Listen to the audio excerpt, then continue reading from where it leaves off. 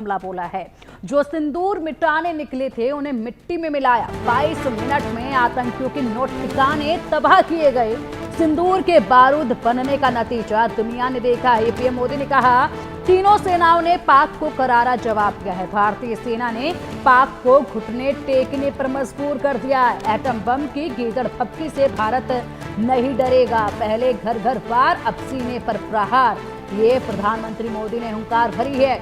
मोदी का दिमाग ठंडा, लहू गर्म रहता है। पाकिस्तान सीधी लड़ाई नहीं जीत सकता है, ये कहा है पीएम मोदी ने। तो आज राजस्थान दौरे पर पहुंचे हुए हैं प्रधानमंत्री मोदी। यहां पर कई परियोजनाओं की सौगात तो दी ही दी, लेकिन साथ ही साथ पाकिस्तान को बड़ा संदेश भी दे दिया है और साथ ही साथ ये बड़ी चेतावनी भी है। इसी के साथ बता दिया है कि भारत के लिए सिंदूर का महत्व क्या होता है। जो बयान पीएम मोदी की तरफ से बीकानेर में दिया गया, ये भाषण था राष्ट्रीय सुरक्षा, विकास और सांस्कृतिक गौरव का, और इन्हीं तीनों को लेकर खासा फोकस जो है इस दौरान देखा गया। उन्होंने पाकिस्तान को सख्त संदेश देते हुए भारत की दृढ़ नीति को स्पष्ट किया और साथ ही राजस्थान को विकास की नई सौगातें दी हैं। इसी के साथ पीएम मोदी ने कहा है कि अब कोई बातचीत नहीं होगी। बातचीत अगर पाकिस्तान से होगी तो वो केवल और केवल पीओके पर ही होगी।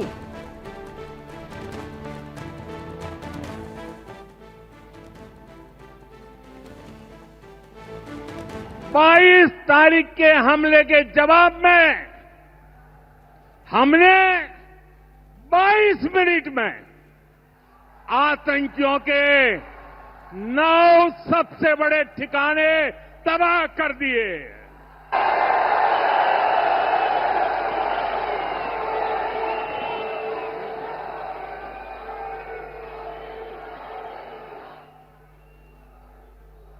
दुनिया ने और देश के दुश्मनों ने भी देख लिया कि जब सिंदूर बारूद बन जाता है तो नतीजा क्या होता है। और आज इस कार्यक्रम से देश के 18 राज्य और केंद्र शासित प्रदेशों से भी लाखों लोग ऑनलाइन आज यहां हमारे साथ जुड़े हैं। अनेक राज्यों के राज्यपाल, मुख्यमंत्री, लेफ्टिनेंट गवर्नर, अन्य जनप्रतिनिधि आज हमारे साथ हैं। मैं देश भर से जुड़े सभी महानुभावों का,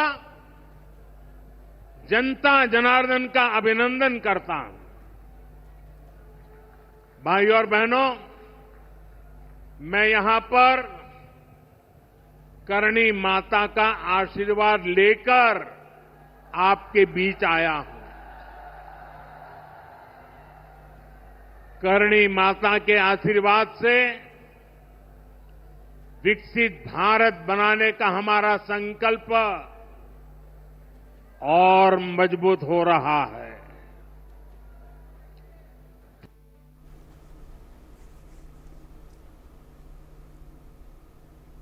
तो प्रधानमंत्री मोदी का आज का ये भाषण बेहद खास है। इसी पर चर्चा के लिए हमारे साथ हमारे खास मेहमान जुड़ चुके हैं। Retired lieutenant colonel Himanshi Singh हमारे साथ हैं, जो कि डिफेंस एक्सपर्ट हैं। बहुत बहुत स्वागत है आपका हिमांशी जी। और साथ ही विदेशी मामलों की जानकार अरविंद सिंह तेजावत जी हमारे साथ है। तेजावत सर, बहुत स्वागत है आपका भी इंडिया न्यूज पर। चर्चा की शुरुआत करते हैं। हिमांशी जी, आपने भी ये भाषण सुना होगा और इस भाषण के साथ अगर बात की जाए तो बहुत सी चीजों का संगम जो है इस भाषण में नजर आया है। चेतावनी पाकिस्तान को दी गई, बदलती रणनीति भारत की यहाँ पर जो है वो इस संदेश में साफ तौर पर देखी गई है। राजस्थान का जो विकास है वो भी इसमें झलका है।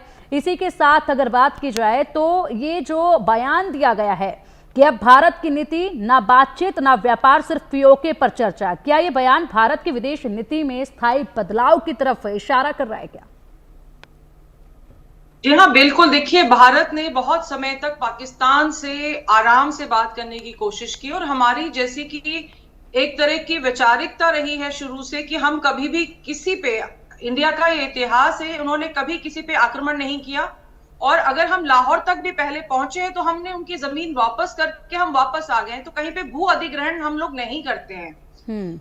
लेकिन अगर पाकिस्तान की तरफ से हमारी भूमि का अधिग्रहण किया गया है और वहां पे भी कोई स्थायी सरकार नहीं है, वो जिस तरीके से सरकार चला रहे हैं वहां के लोग बहुत ही त्रसित हैं इस तरह से, तो अब अगर पाकिस्तान हमारे यहाँ लगातार आतंकवाद को बढ़ावा दे रहा है, और जिस तरह से इस बार जो हुआ वो हिंदू संस्कृति, सनातन संस्कृति पे बहुत बड़ा हमला था। आप देखिए, आपके लिए सिंदूर एक सांकेतिक चीज हो सकती है, लेकिन भारत के लिए ये उसकी विरासत है, ये संस्कृति है भारत की, और आप किसी की संस्कृति पे हमला नहीं कर सकते हैं। भारत सिर्फ एक भूभाग नहीं है, ये जनमानस की भावनाओं को दर्शाता है। तो अगर हम पीओके को इसमें इन्वॉल्व कर रहे हैं तो उसका बहुत साफ सुथरी बात है कि आप हमारे यहाँ अंदर आके हमला करेंगे तो हम अपनी वो जमीन आपसे क्लेम करेंगे, क्योंकि अब आपको वहां रहने का कोई अधिकार नहीं है, क्योंकि अब आप अंदर तक चले आ रहे हो।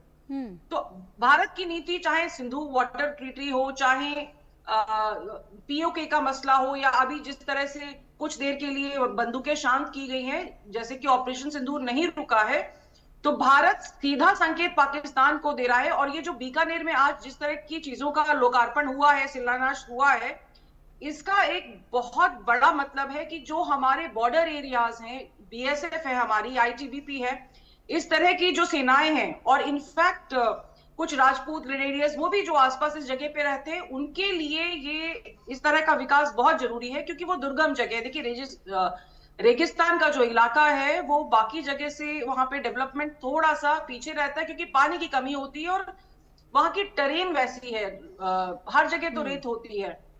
वहां पे अगर इस तरह का विकास होता है तो वो एक तरह से डेवलपमेंट है। दूसरा, जो हम डेवलपमेंट के साथ साथ जो हम प्रधानमंत्री